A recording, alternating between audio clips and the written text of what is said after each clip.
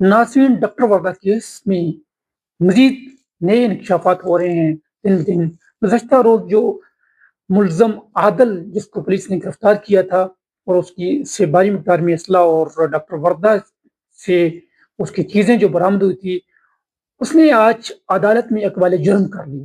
اس کو پولیس نے آج انسداد دہشت گردی کی عدالت میں پیش کیا۔ انسداد دہشت گردی کی عدالت نے ملزم کو جوڈیشل ریمانڈ پر جیل بھیج دیا۔ اس کے بعد اس ملزم کو جوڈیشل مجسٹریٹ کی عدالت میں پیش کیا گیا اور 164 کا بیان اس کا قلم بند کیا۔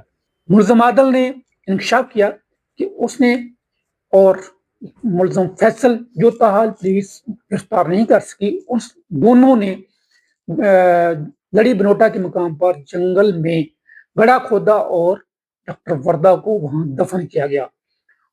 اس کے بعد انہوں نے باقی جو چیزیں تھیں ڈاکٹر وردہ کی، وہ شمریز کے گھر میں چھپائی۔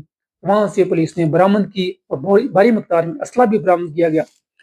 اور اس کیس میں مزید بہت ساری جو انکشافات ہو رہے ہیں کہ ملزم شمریز اور اس کے ساتھی جو ہے، جس طرح ہم پہلے ہی بتا چکے ہیں، جو پولیس مقابلے میں ہلاک ہو گیا، یہ ایک منشیات کا بہت بڑا ڈیلر تھا۔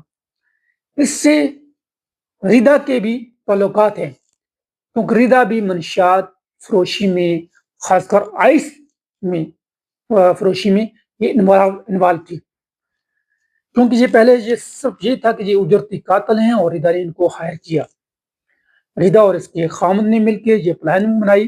جس طرح آج بھی ملزم عادل نے بھی یہ انکشاف کیا کہ ڈاکٹر وردہ کے قتل کا جو پلان بنایا گیا تھا شاہزمان کالونی میں، جو ریدا کا اور وحید بلّہ کا گھر تھا، اس میں پلاننگ کی گئی۔ اسی میں ہی ڈاکٹر وردہ کو لا کر جیسے ہی ڈاکٹر وردہ آئی، اس کے آدھے گھنٹے کے اندر اندر وہاں اس کو قتل کر دیا گیا اور پھر رات کے اندھیرے میں لڑی بنوٹا کے جنگلات میں جا کر ڈاکٹر وردہ کو دفنا دیا گیا۔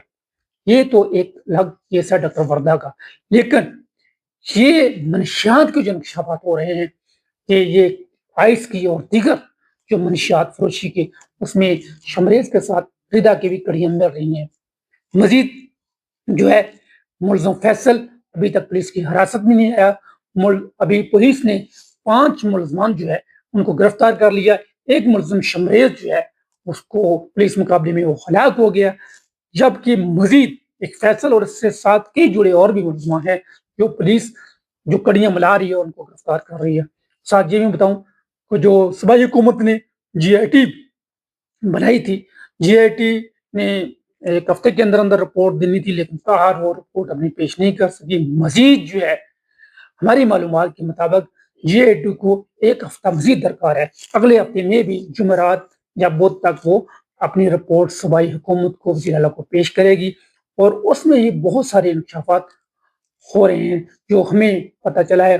اس میں بہت سارے لوگ انوالو ہیں جو جی آئی ٹی نے جن لوگوں کو جتنا ان کا ڈاکٹر وردہ کے قتل میں اور اس کی نیگلیجنسی جو پولیس کی تھی اس میں اس کو پن پوائنٹ کیا گیا ہے۔ ان کا ان کچھ پولیس کے افسران بھی ہیں جن کے نام فی الوقت نہیں پتہ چلے، لیکن وہ جو جے آئی ٹی ہے جتنا جس کا قصور تھا وہ انہوں نے اس رپورٹ کو بھی مرتب کریں گے۔ انہوں نے گواہوں کے مختلف شواہد جہاں ڈاکٹر وردہ کو قتل کر کے دفنایا گیا اس جگہ پہ، اور شمریز کے گاؤں میں اور بھی ایبٹ آبادی مختلف جگہوں پہ انہوں نے وزٹ بھی کیا، اور 200 سے زیادہ جو اس ڈاکٹر وردہ کے قتل کے ساتھ جڑے ہوئے لوگ یا ڈاکٹر وردہ کے لواحقین، ان کے انہوں نے گواہ بھی شہادتیں قلم بند کی، اور وہ رپورٹ مرتب کر کے وزیر اعلیٰ کو پیش کریں گے، اور اس کے بعد صوبائی حکومت اس پہ ایکشن لے گی۔ ایک تو پولیس کی انویسٹیگیشن جاری ہے، دوسری یہ جی آئی ٹی کی جو تفتیش ہے اس پہ بھی جو چیزیں واضح ہوں گی، اس میں بھی جو قصوروار ہوگا اس کا لازماً اس کے خلاف جو ہے ایکشن لیا جائے گا۔